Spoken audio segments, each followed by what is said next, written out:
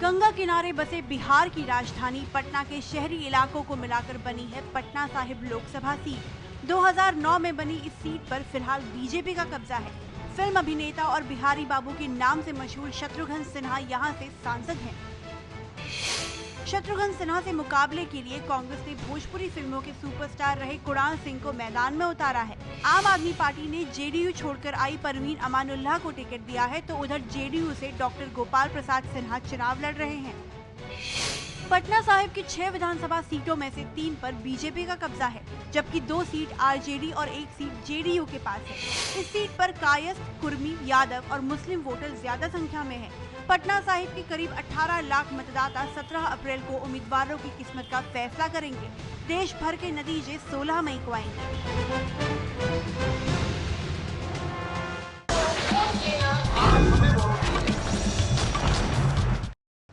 अब तक आप देख चुके हैं कौन बनेगा प्रधानमंत्री की 130 नुक्कड़ बहस। आज देखिए 131वीं नुक्कड़ बहस। नमस्कार, मैं हूं प्रकाश कुमार। कौन बनेगा प्रधानमंत्री के नुक्कड़ बहस का कारवां पहुंच गया है बिहार के पटना साहिब लोकसभा क्षेत्र में। हम खड़े हैं पटना में गांधी मैदान के पास सेंट जेवियर्स के सामने। बात करेंगे यहां पर नेताओं से और कुछ जनता से भी, जो बताएंगे कि कौन बनेगा प्रधानमंत्री की चर्चा किसके नाम पे हो रही है। सबसे पहले हम बात करते हैं सुषमा साहू, जो बीजेपी के नेता है, महिला के अध्यक्ष है यहाँ पे प्रदेश में। किसके नाम की चर्चा है और जनता क्यों वोट करे? सिर्फ और सिर्फ नरेंद्र मोदी, क्योंकि ये बिहार के शासन की चिंता लोगों को नहीं करना है, केंद्र की सत्ता को बदलना है। वैसी सत्ता जिसमें लोगों को भ्रष्टाचार, महंगाई, आतताइयों के बीच में, घोटालेबाजों के बीच में जिस तरीके से घिर गई है भारत की जनता, उससे बचाने के लिए सिर्फ और सिर्फ नरेंद्र मोदी। लेकिन इसकी हवा निकालने के लिए नीतीश कुमार तैयार है। वो कह रहे हैं कि नरेंद्र मोदी की हवा को रोकेंगे, उन्हें प्रधानमंत्री नहीं बनने देंगे। देखिए, ये तो समय बताएगा। खाखा चना बाजे घना, ये कहावत है। जिनको बजना होता है, जिनको कुछ करना होता है, वो करके मैदान जंग में दिखाते हैं। ऐसी खोखली बातों से कुछ असर नहीं पड़ता। हम बात करते हैं जेडीयू के नेता नवल शर्मा से। आप बताइए कि यहाँ बीजेपी के नेताओं का कहना है कि आप खोखली बात कर रहे हैं, उसमें कोई दम नहीं है, नरेंद्र मोदी को आप रोक नहीं सकते। भारतीय जनता पार्टी में जिस तरह आपस में कलह और अंतर्विरोध की स्थिति उभर कर सामने आ रही है, वह बताने के लिए पर्याप्त है कि थोथा चना बाजे घना वाली स्थिति किस पार्टी में है। रही बात नरेंद्र मोदी जी की, तो अभी इन्होंने बड़ी लंबी चौड़ी बातें कही भ्रष्टाचार पर। मुझे ऐसा लगता है कि भ्रष्टाचार, महंगाई, आतंकवाद, ये सारे ऐसे मुद्दे हैं जिन पर भारतीय जनता पार्टी का मुंह बुरी तरह काला है। यही कारण है कि आज भाजपा मुद्दों की राजनीति छोड़कर व्यक्ति आधारित राजनीति की बात कर रही है, क्योंकि इन सारे मुद्दों पर भाजपा 1 कदम आगे और 2 कदम पीछे भागने की स्थिति में है। तो मुझे लगता है कि आज देश को एक ऐसी व्यक्ति की आवश्यकता है जो समाज की सारी शक्तियों को आपस में जोड़ सके। कौन है वो व्यक्ति? वो व्यक्ति नीतीश कुमार हो सकते हैं, या कोई ऐसा व्यक्ति हो सकता है जो मजहबी एकता का पैरोकार हो, जो भारत की गंगा जमुनी तहजीब के सही मर्म को जानता हो। कहीं ऐसा तो नहीं कि नीतीश कुमार खुद प्रधानमंत्री बनना चाहते थे, इसलिए वो बीजेपी से अलग हो गए?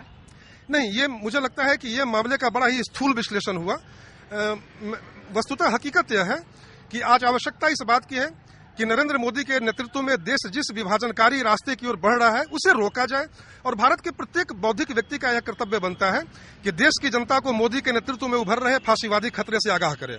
आपको लगता है कि नीतीश कुमार की निगाह दरअसल प्रधानमंत्री पद पर थी और नरेंद्र मोदी तो एक बहाना थे, और यही वजह है कि ये दोनों की दोस्ती टूट गई? देखिए, 2002 सब लोगों के बीच की गवाह है, जिस समय वो नीतीश जी स्वयं नरेंद्र मोदी जी की, जिसको कहते हैं ना कि गाथा गाते थे, हाथ मिलाए, गले मिला, सब कुछ किया। आज उन्हीं के पार्टी के लोग अगर उनके बारे में एक लफ्ज ये कह देते हैं कि गुजरात में कुछ अच्छा हो रहा है, तो उन्हें पार्टी से निष्कासित कर दिया जाता है।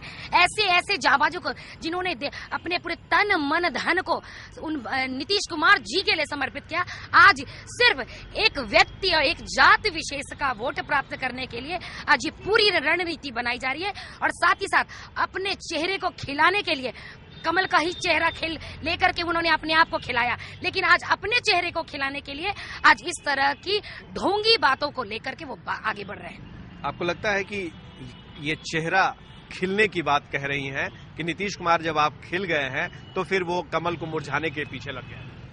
शायद इनकी स्मृति थोड़ी कमजोर है। मैं आपको याद दिला दूं और इनको भी याद दिला दूं कि 1996-98 का वो दौर जिसमें भारतीय जनता पार्टी भारतीय राजनीति में अछूत पड़ी हुई थी, नीतीश कुमार जी पहले ऐसे व्यक्ति थे जिन्होंने भारतीय जनता पार्टी से गठबंधन करके बीजेपी का अछूतपन समाप्त किया था।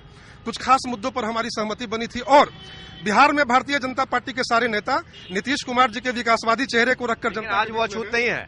उपेंद्र कुशवाहा साथ में है, उनके साथ में रामविलास पासवान आ गए। प्रश्न यह है कि उनके साथ जो जा रहे हैं उनका चरित्र कैसा है। वो रामविलास पासवान जो कल तक आपको पानी पी पी कर गाली देते थे, वो उपेंद्र कुशवाहा जो अपनी जातिवादी राजनीति के लिए पूरे देश में विख्यात है। इसका साफ मतलब यह है कि प्रधानमंत्री बनने की सत्ता लोलुपता में आप उन सारी शक्तियों को गले लगाने के लिए तैयार हैं जो कल तक आपको पानी पी पी कर गाली दिया करते थे। बड़ी अजीब बात, ये मेरी स्मृति पर प्रश्न चिन्ह उठा रहे हैं। मुझे तो इन पर हास्यास्पद लग रहा है कि ये कह रहे हैं कि ऐसे ऐसे लोगों को हम गले मिला रहे हैं। अगर इनके साथ मिल जाते तो वही चीज अछूत जो था आज इनके लिए बहुत ही अमृत, और इसको कहते हैं ना कि हम लोग क्या कहते हैं, पवित्र हो जाता है। और हम अगर हमारे साथ मिल जाते हैं तो वो अछूत हो जाते हैं। कितनी छोटी और ओछी सोच है, ये सिर्फ उसी का मतलब एक परिचायक है। चलिए हम आप पार्टी के नेता से बात करते हैं। आप दोनों नरेंद्र मोदी नीतीश कुमार के समर्थक अपनी अपनी बातें रख रहे हैं, आप अपने आप को कहाँ देख रहे हैं? मैं अपने आप को देख रही हूँ कि मेरा पार्टी अगर देश में उभरेगा तभी देश का बदलाव होगा, और कांग्रेस बीजेपी बस 19-20 है, इससे देश का बदलाव नहीं होना है। और आज तक तो हम लोग देखते आए हैं देश में मीडियम वर्गीय लोगों का जीना मुश्किल हो गया है, महंगाई को लेकर के, भ्रष्टाचार को लेकर के। आज यहाँ कुछ हो जाता है, लोग कहते हैं कि नहीं ये जो है कुछ नहीं है, सारी छोटी छोटी बच्चियां के साथ इतना बड़ा बड़ा घटना हो रहा है। इसके लिए सरकार क्या कर रही है, चाहे केंद्र में हो चाहे राज्य में हो, हर स्टेट में अगर मेरा पार्टी उभरता है तभी इस देश का कल्याण होगा, नहीं तो कुछ भी नहीं होने वाला है। दोनों को कटघरे में हम बात करते हैं कुछ जनता से यहाँ पर। आपका क्या कहना है, कौन बनेगा प्रधानमंत्री? इनके जो मुख्यमंत्री थे अरविंद केजरीवाल, उनको तो मौका मिला तो दिल्ली में क्या कर दिए।